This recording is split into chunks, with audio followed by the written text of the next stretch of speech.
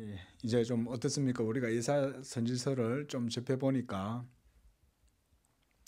아득한 고대의 시대였지만 하나님께서 역사의 모든 일들을 주관하고 섭리하신다, 다스리신다, 이런 것들이 우리 성도님들께 좀 분명하게 좀 이렇게 드러나 보이시는지 모르겠습니다. 우리가 이것은요, 비단 선지서뿐만 아니라 모든 성경이 다 그와 같이 하나님의 역사를 전해주고 있죠. 태초에 하나님이 천지를 창조하시니라 에서부터 시작해서 요한계시록에 나는 알파요 오메가라, 만물이 주의 뜻대로 있었고 모든 것이 또한 주의 뜻 가운데에 다 이루어진다, 이런 게 성경의 교훈이지 않습니까? 그러나 정작 우리들의 신앙 고백을 돌아보면 그 하나님께 대한 우리의 신앙 고백이 그만큼 성경만큼 충실한가 돌아볼 때 참 아니라는 생각이 들 때가 참 많습니다.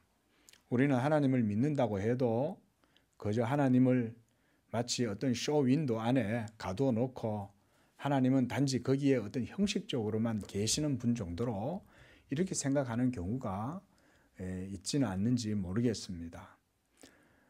하나님을 믿는다고 하지만 실제로 성도들의 삶을 보고 믿는다고 하는 자들의 삶을 보면 하나님이 쇼윈도 속에 갇혀 있는 그런 분이라는 이런 이미지를 지어버리기가 어렵습니다. 그만큼 하나님의 주권과 하나님의 이름과 영광을 위해서 산다고 말을 하지만 우리가 정말 그만큼 하나님에 대해서 정말 그렇게 실제적으로 믿느냐, 이런 거를 좀 우리가 깊이 좀 돌아볼 필요가 있죠. 그래서 성경에서 주님도 말씀하시기를 우리가 얼마나 예수님도 그걸 아주 자세하게 설명을 하셨습니까? 하늘 아버지의 허락하심이 없이는 참새 한 나사리온도 그저 땅에 떨어지지 않는다. 들에 핀 백합발을 보아라. 들에 있는 모든 공중의 새를 보고 그 모든 짐승들도 봐라. 그런 것들은 사람이 가서 사파리에다가 가두어 놓고 거기에 사료를 주고 목축을 안 해도 그것들이 다 알아서 삶을 다 살잖아요. 자연에 있는 모든 동물들, 짐승들이 사람들이 돌봐서 지금까지 생계를 연명해 왔겠습니까? 또한 하나님은 우리의 머리털 하나까지도 다 세신다 그랬지 않습니까? 또 주님은 마태복음에서 우리가 무슨 무익한 말을 할지라도 우리가 그저 쉽게 허탄한 이런 말, 농담거리, 쓸데없는 소리, 이런 것 하나까지도 하나님은 마지막 날 그 모든 것들도 다 심판하신다, 이렇게 말씀하시는 걸 보면 하나님이 얼마나 철두철미하게, 그렇죠? 이렇게 역사하시는 거 알 수가 있죠. 그래서 제가 이런 것들의 비유를 들어가지고 때때로 자연의 법칙을 하나님의 말씀의 통치에 비유할 때가 많아요. 우리가 중력에서 단 1초라도 떠나서 살 수 있습니까? 단 1초도 떨어져 살 수 없잖아요. 이 태양계의 이 중력에서 단 1초라도 우리가 지구가 벗어날 수 있습니까? 큰일 납니다. 1초라도 벗어나면요. 그만큼이나 하나님의 통치는 그보다 사실은 더 직접적인 거예요. 더 실제적인 거예요. 이렇게 말씀을 드리면 조금 느낌이 오실는지 모르겠지만 그만큼 우리가 믿음이 없는 거예요. 그만큼 우리 인생들이 하나님을 믿는다고 말은 하지만 실제로 그 하나님께 대한 그런 실제적인 믿음은 별로 가지고 있지 않는 것을 볼 수 있습니다. 자, 지금 이게 누구 얘기입니까? 바로 하나님의 언약 백성이라고 하는 이스라엘이 하나님 앞에서 그와 같은 상태였다는 거예요. 그들에게는 언약이 있고 할례가 있고 율법이 있고 성전이 있고 거기에 여호와의 법궤가 있고 또 선지자들이 있고 제사장들이 있고 온갖 모든 것이 하나님의 계시로 말미암아 이루어지는 게 이스라엘의 역사잖아요. 그런데 그런 이스라엘에게 과연 하나님께 대한 진정한 신앙이 정말 하나님을 기쁘시게 할 만큼 있었는가? 다윗과 솔로몬 이후에 이스라엘이 쇠락의 길을 걸어가면서 바벨론의 포로가 될 때까지, 아수르에 의해서 북이스라엘이 멸망할 때까지 이스라엘은 한 번도 하나님의 말씀에 바르게 반응한 적이 없었죠. 그래서 북이스라엘이 먼저 아수르의 멸망을 당하고 또 남유다도 바벨론의 포로가 되어서 예레미야 선지자 사역의 마무리가 바벨론 포로로 끝나는 거죠. 우리가 보면 그런 구약의 이스라엘의 역사가 참 어떻게 보면 잘 이해가 안 돼요. 하나님이 그렇게 돌봐주시고 은혜 주시고 기적을 베풀어 주고 선지자를 보내고 하나님의 표적과 기사를 선지자들을 통해서 얼마나 강력하게 보내주셨어요. 심지어 엘리야를 통해서 하늘에서 불이 떨어져 가지고 갈멜산에서 바알과 이 아세라 선지자들 850대 1로 이 엘리야가 거기서 영적 전쟁을 벌여가지고 하나님께 기도했을 때 하나님께서 엘리야의 기도에 응답하셔가지고 불을 내려서 물로 가득히 적신 그 제단을 하나님이 불로 싸그리 다 말려버리시고 그 제단 위에 있는 제물을 하나님이 싹 연락해 가셨잖아요. 그것뿐입니까? 얼마나 많은 기적이 이스라엘 속에 있었습니까? 자, 그런데도 이스라엘은 하나님을 믿지 않았던 거죠. 제가 이런 것을 가지고 한 번씩 우리가 복음서에서도 또 서신서에서도 설명을 드리지만 이스라엘이 왜 그렇게 하나님께 대한 그런 불신앙으로 결국은 실패하고 하나님의 언약에서 미끄러져서 실패했느냐. 그것은 그들이 믿음을 의지하지 않고 행위를 의지했기 때문이라는 거예요. 구약의 모든 역사를 통해서 하나님께서 자기의 율법과 또 표적과 또 기사와 능력들을 영광을 다 보여주셨음에도 불구하고 그들이 여호와를 믿지 않은 것은 그것이 바로 율법으로 말미암는 신앙의 한계를 보여주는 것입니다. 그래서 결국 구약 이스라엘이 멸망을 하게 된 거예요.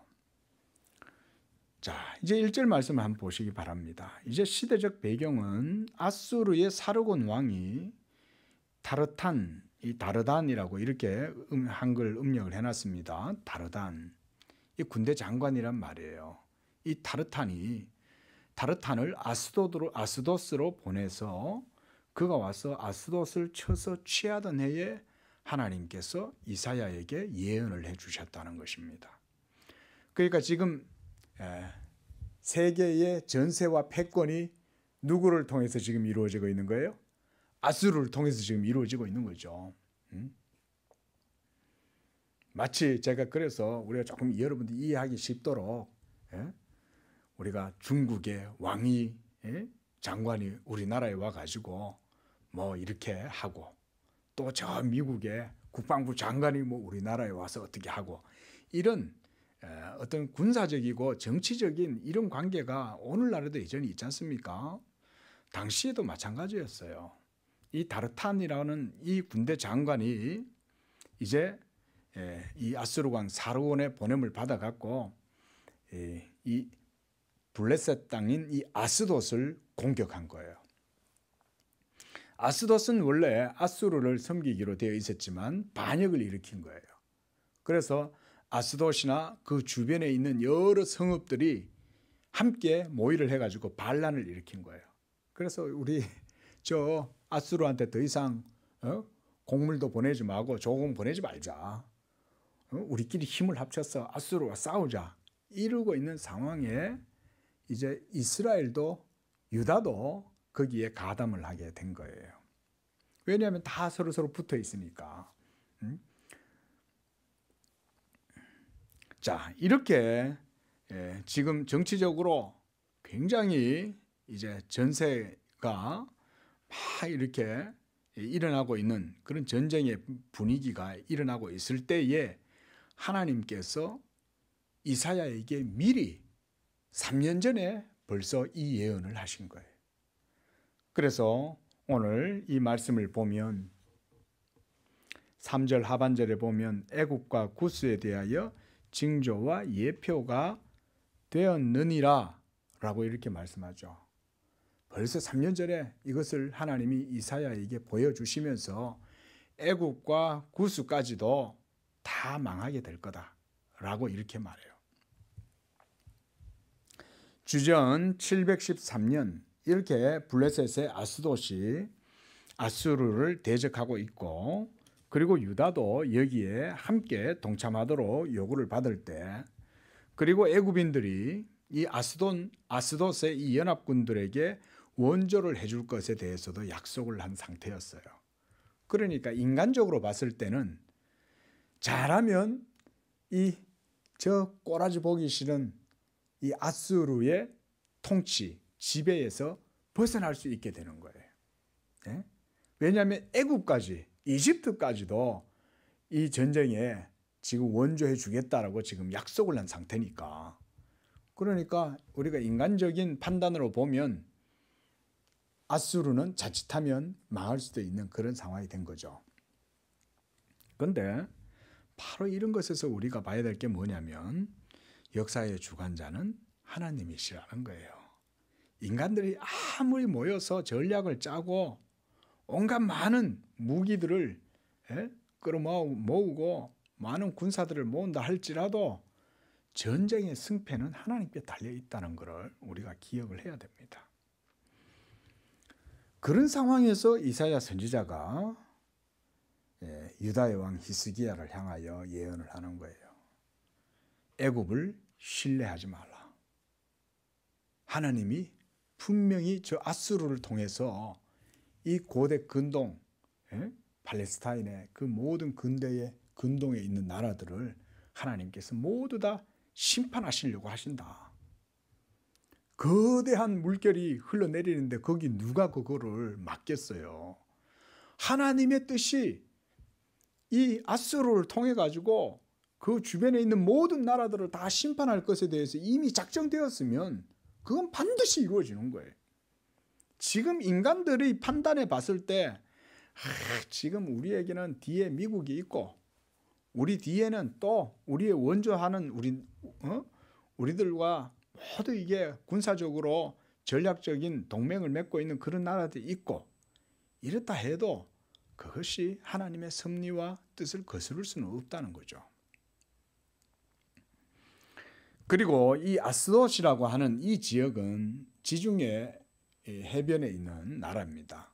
그래서 이 길을 아스돗이 사실은 이 아수르가 애굽으로 진격할 때에 이 아스돗은 일종의 교두보와 같은 그런 전략적인 요충지라고 할 수가 있어요.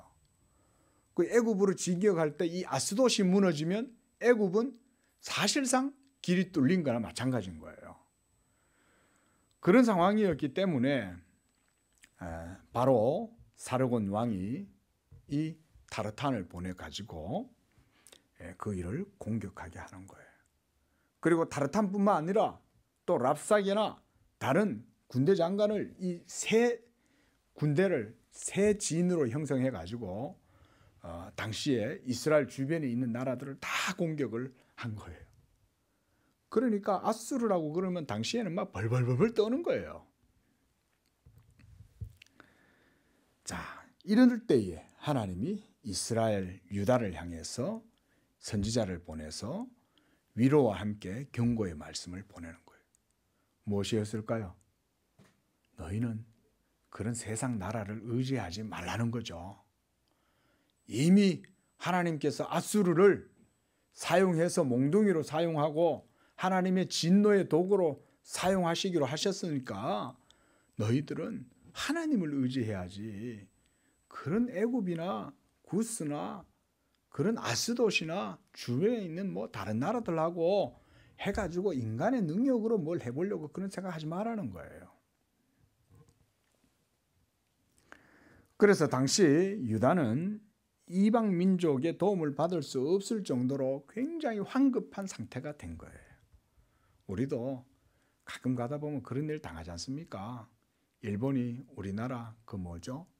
얼마 전에 그 반도체에 사용되는 그 그 어떤 물질들 있었잖아요. 그거를 갖다가 일본에서 딱 수출을 말이죠. 이렇게 딱 차단해버리고 이러니까 우리나라 반도체 산업이 완전히 무너질 줄 알았던 거잖아요. 그럴 때 그런 어떤 인간적인 것들을 우리가 딱 당하게 되면은 하나님을 의지하기보다는 뭔가 사람의 어떤 것들을 의지할 경우가 많지 않습니까? 심지어 전쟁도 마찬가지 아닙니까? 그런데 이스라엘은 하나님의 언약 백성이요. 하나님의 율법이 약속이 그들에게 있었기 때문에 그들은 마땅히 하나님을 의지해야 함에도 불구하고 그렇게 하지 않았다는 거죠. 주변에 있는 여러 다른 나라들에게 원조를 요청하고 군사적인 동맹을 맺고 그렇게 해서 인간적인 방법으로 이 난국을 타개해 보려고 애를 썼을 거예요. 그래가지고는 히스기야 왕도 이 애굽의 힘을 의지하려고 하고 이럴 때 이 이사야가 이제 경고를 하는 것이죠. 그리고 하나님께서는 그것도 부족하다 싶으니까 선지자를 예표의 도구로 쓰시는 거예요. 그래서 이사야 선지자로 하여금 3년 동안 벗은 몸과 벗은 발로 다니도록 한 거예요. 벗었다는 얘기는 실오라기 하나 안 거치고 이렇게 속옷도 안 입고 그러고 다녔다는 말은 아닙니다. 그게 아니라 이스라엘 우리가 옛날에 우리도 예전에 이 양반들이 보면 이 도포를 입고 그죠? 갓을 쓰고 이렇게 해서 자기의 권세나 명예를 그렇게 표현하잖아요.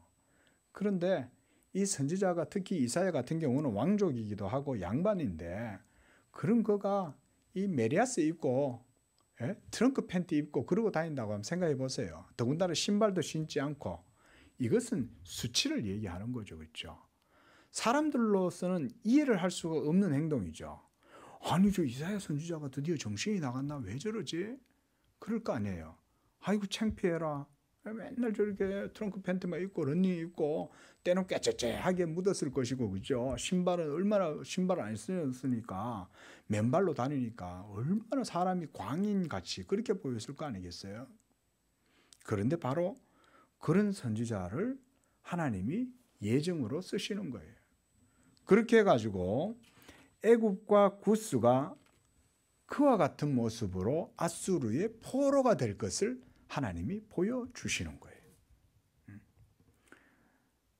가끔 가다가 우리가 1, 2차 세계대전 이런 배경으로 영화를 보면 특히 그 유태인들 우리 이 독일인들한테 홀로코스트를 당할 때 그들이 전부 다 전쟁의 포로가 돼가지고는 전부 다 옷을 다 벗잖아요. 그렇죠? 옷을 제대로 갖춰 입은 사람이 없잖아요. 전부 다 포로니까. 다 그렇게 된다는 거죠. 포로가 되면 그런 거 아니겠어요? 포로를 얼마나 잔악하게 대합니까? 그러니까 밧줄에 매어 가지고는 옷을 다 벗기고 수치를 주고 뒤에서 막 채찍으로 때리면서 그러면서 막 다 끌고 가잖아요. 포로들을. 그와 같이 될 것을 하나님이 보여주시는 거죠. 그래서 볼기까지 드러내서 애굽의 수치를 보여주는 것이고 그래서 많은 이들이 그것을 보고 놀라고 부끄러워하게 될 것을 하나님이 보여주시는 거예요. 이처럼 우리가 앞에서 봤듯이 이사야서 10장에서 보면 하나님은 아수르를 뭐라고 얘기하냐면 하나님 그분의 진노의 막대기다 그랬어요. 그리고 하나님의 몽둥이라고 말씀했고 심지어 아수르는 하나님의 분노다 이렇게 말씀하셨어요. 하나님의 분노다. 아수르라는 존재 자체가 하나님의 분노라는 얘기는 하나님이 아수르를 통해 가지고 당시에 이스라엘뿐 아니라 온갖 주변의 모든 열국들의 죄악들을 하나님의 아수르를 통해서 다 진노를 내리신다. 그 가운데는 유다도 북이스라엘도 포함되어져 있었어요.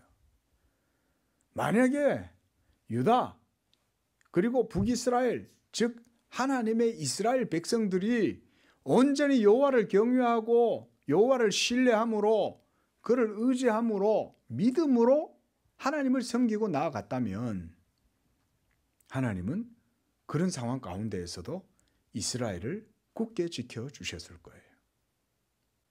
우리 사람의 정치적인 어떤 감각이나 상식으로는 이해할 수 없는 일이죠. 하지만 여러분, 실제로 하나님은 그렇게 하세요. 믿으시기 바랍니다. 하나님을 의지하고 하나님을 경외하는 하나님의 백성들은, 특히 하나님의 교회라고 할 수 있어요. 그게 하나님의 모든 성도들이 또한 하나님의 교회니까 그 하나님의 교회는 그 어떤 상황 속에서도 하나님이 지켜주십니다. 그래서 예수 믿는 성도들에게 가장 중요한 것은 오직 전적으로 여호와를 신뢰하는 것, 예수 그리스도만을 의지하는 것, 이런 것이 필요한 것입니다. 이처럼 하나님께서는 지금도 세상의 나라와 권세를 이용해서 자신의 뜻을 행하고 이루시는 분이심을 우리가 믿어야 하는 것입니다. 그리고 예수 그리스도께서 온 우주의 왕으로 지금 하늘 보좌 우편에서 모든 세상의 일들을 다스리시고 주관하고 계심도 믿어야 하는 것입니다. 바로 그분이 우리 교회의 뭐가 되셔요? 머리가 되시는 거죠. 이스라엘의 머리가 하나님이시듯이 우리 교회, 신약의 교회, 또 우리 양재 교회의 머리도 바로 그 이스라엘의 하나님이신 여호와가 우리 교회의 머리가 되시는 거예요. 그럼 이 교회가 이 세상 가운데 있을 때 저 구약의 이스라엘 백성들처럼 어떻게 하나님을 섬겨야 되겠어요? 여호와를 신뢰하고 여호와를 의지함으로 나아가야 되겠죠. 믿음으로. 그러하면 하나님이 역사하신다. 하나님이. 우리는 여기에서 시험을 당하죠. 대부분 여기서 이제 걸려 넘어져요. 그래서 에이 목사님, 믿음만 갖고 됩니까? 믿음만 갖고 됩니까? 제가요, 이게 경험에서 나오는 말인 거예요. 부교육자였지만 부교육자로 사역할 때요, 교회에서 목사가 교회에서 섬길 때 믿음으로 사역하지 않겠어요? 그 이제 제가 하는 말은 다 믿음의 언어인 거예요. 믿음의 화법과 믿음의 문법을 사용하면 그게 성도들의 가치관이나 세계관과 충돌을 일으키는 거예요. 교인들의. 그러면 교인들이 저보고 뭐라 그러냐? 목사님, 목사님 교회에서 맨날 사역만 한다고 교회만 있으니까 그렇지. 그 일이라는 게 그 믿음으로만 됩니까? 실제로 이렇게 저한테 말을 해요. 믿음으로만 되냐고 말을 하는 거예요. 그럼 어떻게 됩니까? 제가 이렇게 내가 물어보진 않았지만, 예? 그 믿음으로만 안 되면 뭔 얘기예요? 사람의 힘도 있어야 된다고 말하는 거 아니에요. 그렇죠? 사람의 능력과 또 사람의 노력과 지혜도 있어야 된다, 이렇게 생각하는 거 아니에요. 물론 사람이 행동하죠. 하지만 그 속에 믿음이 있냐 없냐가 더 중요한 거 아니겠어요? 믿음 없이 행동하는 것과 믿음이 있고 행동하는 것의 차이는 전혀 다른 거잖아요. 제가 하는 말은 믿음으로 행동해란 얘기지, 예? 그냥 믿고 아무것도 행동하지 말라 이런 말은 아니잖아요. 하나님에 대한 믿음도 없으면서, 예? 믿음은 없이 뭔가 인간적인 방법으로 아무리 해본다고 해보면 되냐 이거죠. 되는 것 같아도 안 되는 거예요, 그게. 이렇게 이스라엘 주변 열국들로부터 공격을 당하게 된 것은 바로 하나님을 전적으로 신뢰하지 않았기 때문에 이런 일들을 당하게 된 거예요. 그래서 하나님께서 모세에게도 이스라엘 백성들에게 그렇게 말씀하신 거 아니에요. 너희가 내 율법을 지키고 너희가 나를 믿고 신뢰하고 의지하면 내가 너희를 세계 만국 중에 뛰어난 나라가 되게 해서 너희를 이길 나라가 없고, 내가 너희와 함께 해서 내가 너희와 싸울 것이고, 내가 너희 앞서서 행해서 모든 대적들을 너희에게서 다 물리쳐 줄 것이다. 이 말을 그냥 문자적으로 믿어야 되는데 우리는 그걸 안 한다 이거예요. 오늘날도 예수 믿는 믿음도 그저 내가 믿으니 믿는 거지, 내가 안 믿으면 그 믿음이 실제적이겠냐. 내가 믿어야 그게 의미가 있지, 이런 생각 정도 하잖아요. 하나님도 내가 안 믿으면 하나님의 존재가 뭐 의미가 있겠냐? 이런 생각 하지 않습니까? 실제로 사람들이 그런 거 아니에요? 내가 하나님 안 믿으면 하나님의 존재는 아무 의미가 없어. 이렇게 믿으면 하나님이 뭐라 그러시겠어요? 야, 네가 없을 때부터 나는 있었다. 그러실 거 아니에요? 예? 네가 이제 고작 인생을 3, 40년 살아놓고 길게 살면 100년이지. 나는 이 세계가 있기 전부터 있었는데 예? 네가 고작 인생 6, 70년 살아놓고 네 머리로 예? 내가 없다고 생각하면 내가 없는 거냐? 그러실 거 아니에요? 얼마나 인생들이 어리석습니까? 예? 이스라엘 백성들의 지금 불신앙은 다 바로 그런 데서 기인하는 것입니다. 오늘날도 마찬가지입니다. 이것은 신약 성도들에게도 동일하게 적용되는 말씀이에요. 동일하게. 우리가 선지서를 통해서 그래서 우리가 오늘날에 예수 믿는 신약 성도들의 신앙에도 여전히 이 교훈을 적용할 수가 있다는 거예요. 비록 우리는 구약의 이스라엘 백성처럼 고대 근동 시대를 살아가는 것은 아니지만 이 교회를 이스라엘이라고 생각하면 이 세상은 바벨론이요, 이 세상은 아수르요. 하나님께서 이 세상의 모든 나라와 권세들을 통해서 이 세상 가운데 있는 교회를 그와 같이 하나님이 통치하실 거 아니에요. 때때로 교회도 하나님 앞에서 불순종하고 범죄하면 하나님이 그와 같이 이 세상에 하나님이 막 진노의 불길을 일으키시는 겁니다. 저는 개인적으로 그래서요, 이 선지서를 하면서 자꾸 1, 2차 세계대전을 제가 들먹이는 거예요. 1, 2차 세계대전이 얼마나 끔찍합니까? 그렇죠? 핵폭탄이 터지고 수천만의 사람들이 전쟁으로 죽고 온갖 끔찍한 일들이 다 일어났잖아요. 그런 일들이 일어나게 된 배경을 가만히 보라 이거예요. 유럽이 복음으로 2000년 동안 하나님의 복음의 은혜 가운데 살았잖아요. 유럽이. 우리가 기독교 사적으로 보면 그렇지 않습니까? 2000년 동안 하나님께서 유럽의 복음을 바울을 통해 가지고 로마로 복음을 전하게 하고 그 로마를 통해 가지고 전 세계의 복음이 전파되게 하고 유럽이 종교개혁이 일어나고 영국이 청교도의 나라고 스코틀랜드가 장로교회가 스코틀랜드 이런 데서 일어나게 되고 스위스에서 종교개혁이 일어나고 독일에서 종교개혁이 일어나고 얼마나 유럽이 하나님께 은혜를 받았습니까? 그런데 근대 사조, 계몽주의 운동 이런 것들이 일어나게 되면서 이제 18세기, 19세기부터 점차 유럽이 신학적으로 부패하고 타락하기 시작하죠.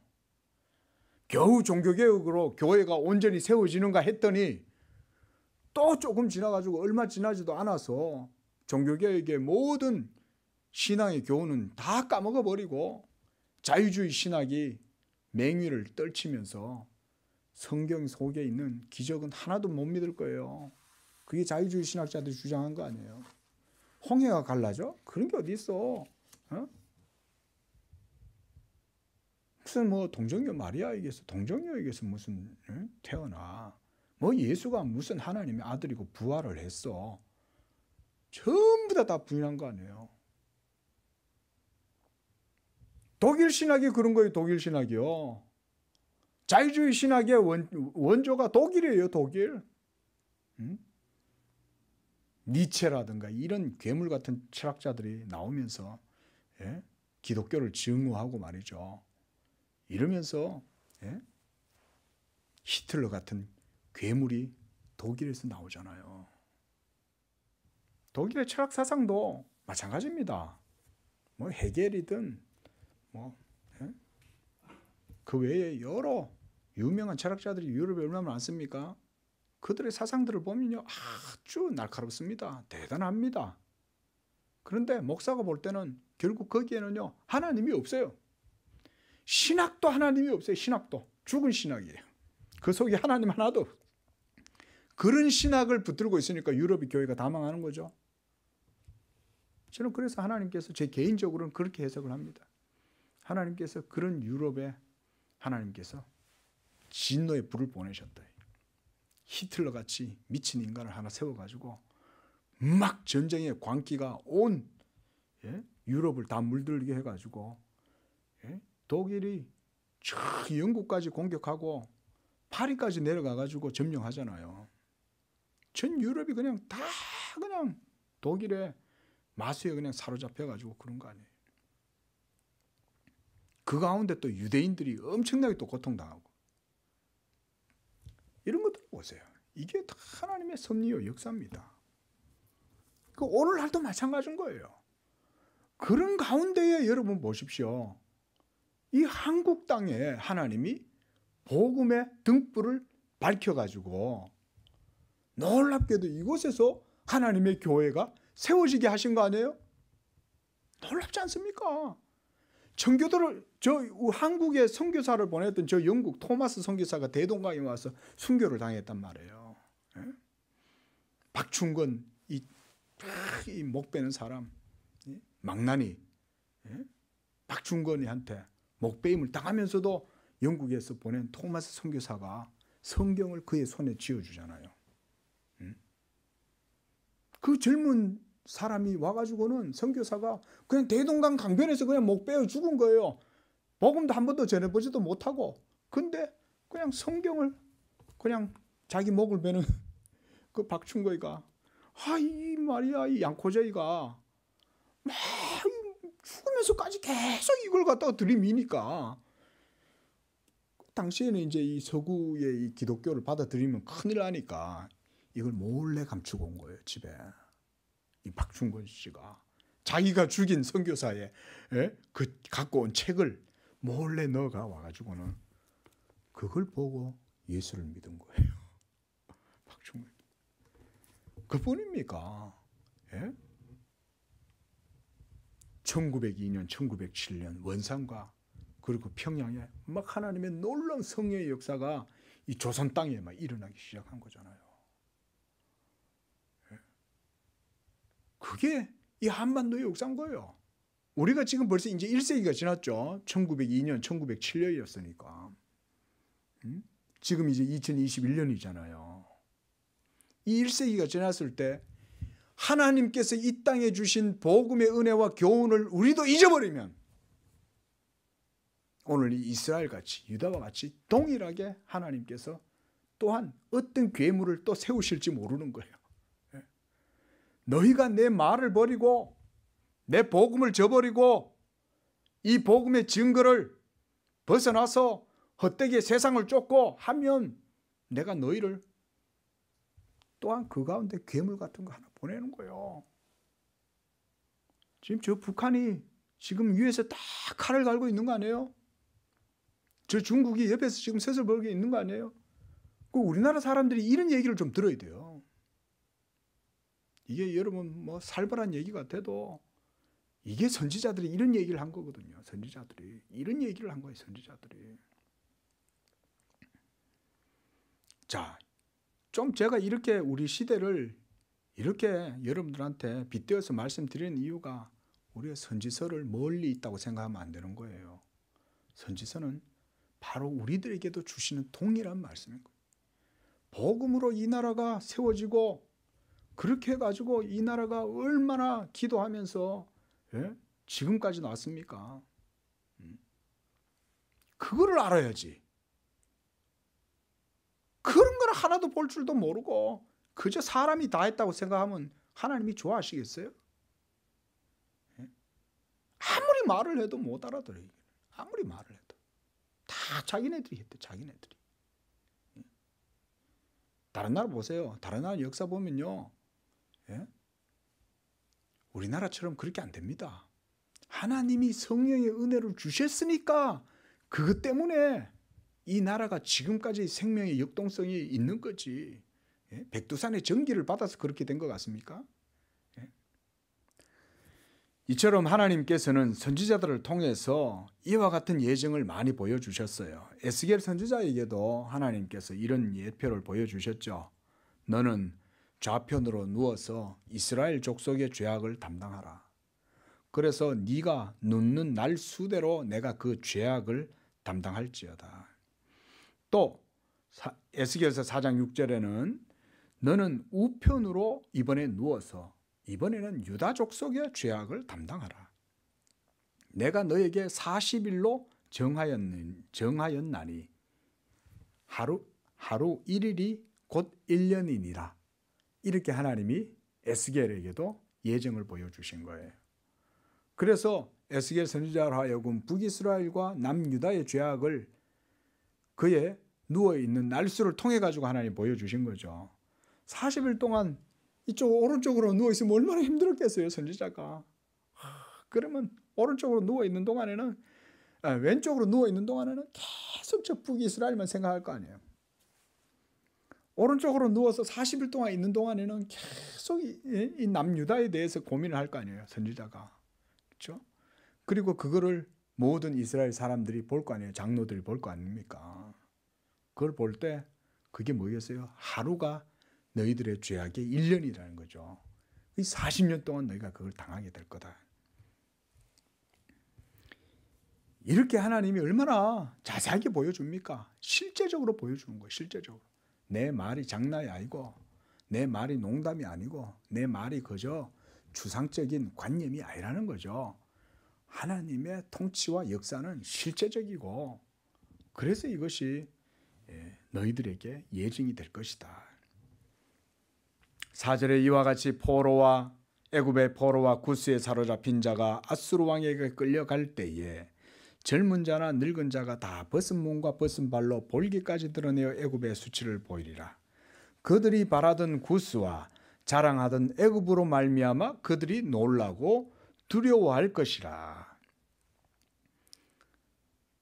애굽을 그렇게 신뢰하고 의지하고 구스를 그렇게 바라보았지만 결국은 그들은 놀라고 부끄러워하게 될 것이라는 거예요.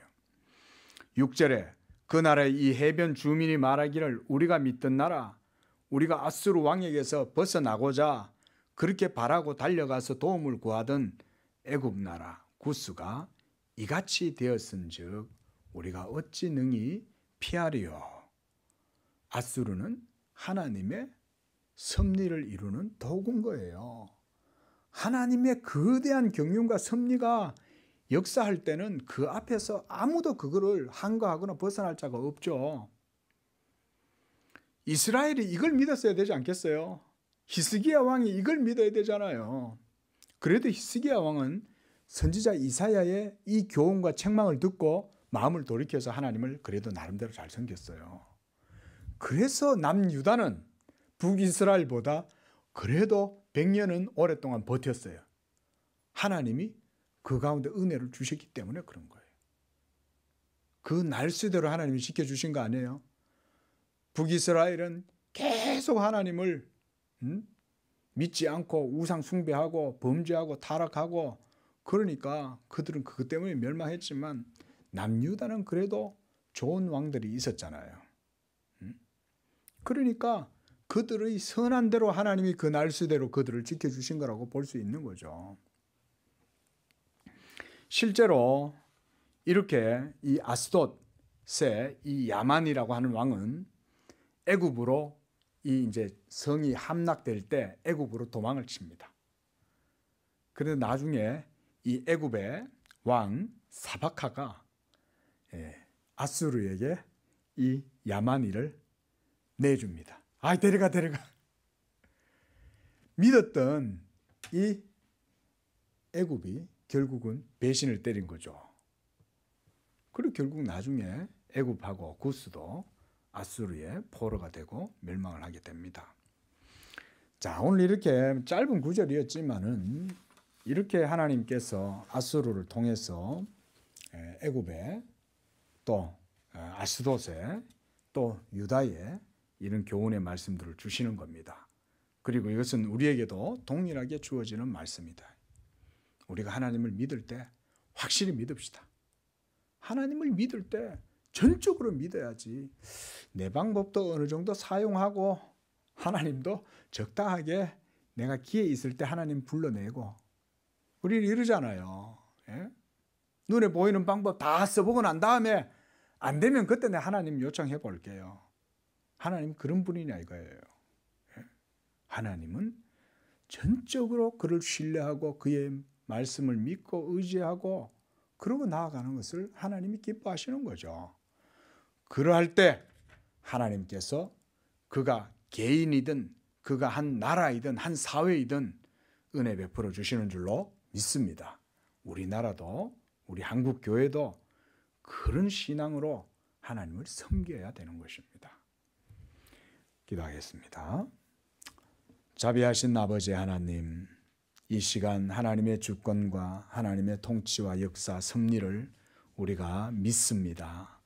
그러나 우리는 여전히 육에 속하여 인간의 이성과 인간의 경험과 인간의 지혜와 방법을 의지할 때가 너무나 많고, 또 하나님을 전적으로 신뢰하여 영광을 돌리기보다는 인간의 방법과 인간의 책략을 적당하게 사용함으로 양다리를 걸치고 하나님을 섬기려고 하는 그런 모습은 없는지 다시금 우리 자신들을 돌아보기를 원합니다. 자비하신 하나님, 하나님은 지금도 살아계시고 역사하시고 모든 만물을 그 뜻대로 주관하시고, 하나님께서는 작은 것 하나조차 모든 것을 주관하시고 다스리시는 줄로 믿습니다. 우리와 함께 하시는 그 하나님이 이와 같은 분임을 우리가 고백함으로 전적으로 그를 신뢰하고 여호와를 인정하여 하나님께 영광을 돌리고, 또 그 하나님께로부터 복을 받고 은혜를 받고, 그래서 하나님의 놀라운 능력이, 축복이 우리의 삶 가운데 함께 하시옵기를 간절히 바라며 기도합니다. 거룩하신 예수님의 이름으로 기도합니다. 아멘.